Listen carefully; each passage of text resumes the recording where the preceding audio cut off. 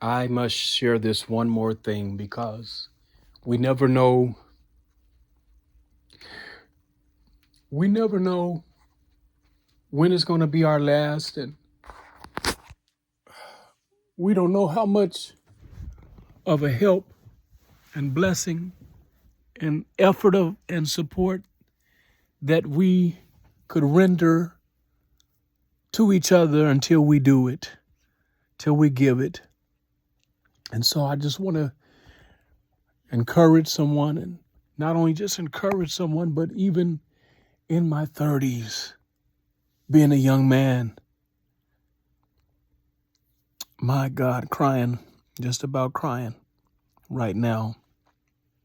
And I'm going to get away from the camera, okay? Give me a minute. I just want to say, and I know this might be crazy. People might think I'm a crazy guy and weird and strange. People have thought that. People are entitled to feel however they feel, but what matters is what God thinks and feels about me. I was just talking to a cousin of mine. I'm his second cousin. My father is his first cousin. And my dad and his siblings, they're all first cousins. So I'm his second cousin.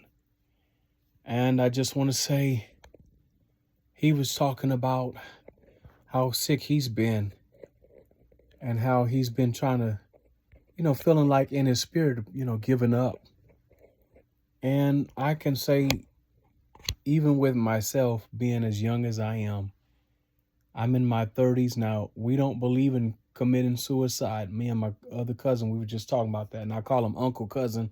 I won't say who at this time, but because I have two cousins who have been critically ill. They have been critically ill, but the Lord has blessed them. They're in their early 70s, just recently turned 70, and they have been fighting for their lives. They have been through drugs, etc. Just like my late parents who are no longer here. They have been a part of that drug life. But with my uncle cousin just saying that he's been tired, even in my 30s, I've been tired. Well, even before my 30s, in my 20s, I was tired of life and just sometimes felt like I didn't want to be here on earth. And every now and then I still feel like that. I feel like I don't want to be here on the earth. Why? Because of trials, tribulations, misunderstandings. One of the young ladies that I loved and who I was, with 3 years ago, won't say her name, misunderstood me and just didn't want to be with me because at times I just felt down and out as a man, a young man. But I thought that I had a woman. I thought I had a wife to be, to be there to support me and understand what I was dealing with, in my depression or times of being low. And the thing about it, some women, they put too much on a man because they want him to be an alpha male man and they want him to be so strong and he have to have this money. But it's sad when a man can't be a man and say, babe, this is how I feel. Babe, life is looking like this right now and I'm feeling like this. It's the same sometime when we don't get the support that we need to have from our companion, from our wife, And so anyway, I just want to say, I know how it feels to want to go home and be with Jesus, to be away from pain, to be away from trials and tribulations, heartache and stress, strain, pressures of life, anxieties, struggles, hang-ups, hardships, sinful nature, you name it. I know how it feels. And every now and then, yes, I feel like just going home to be with Jesus.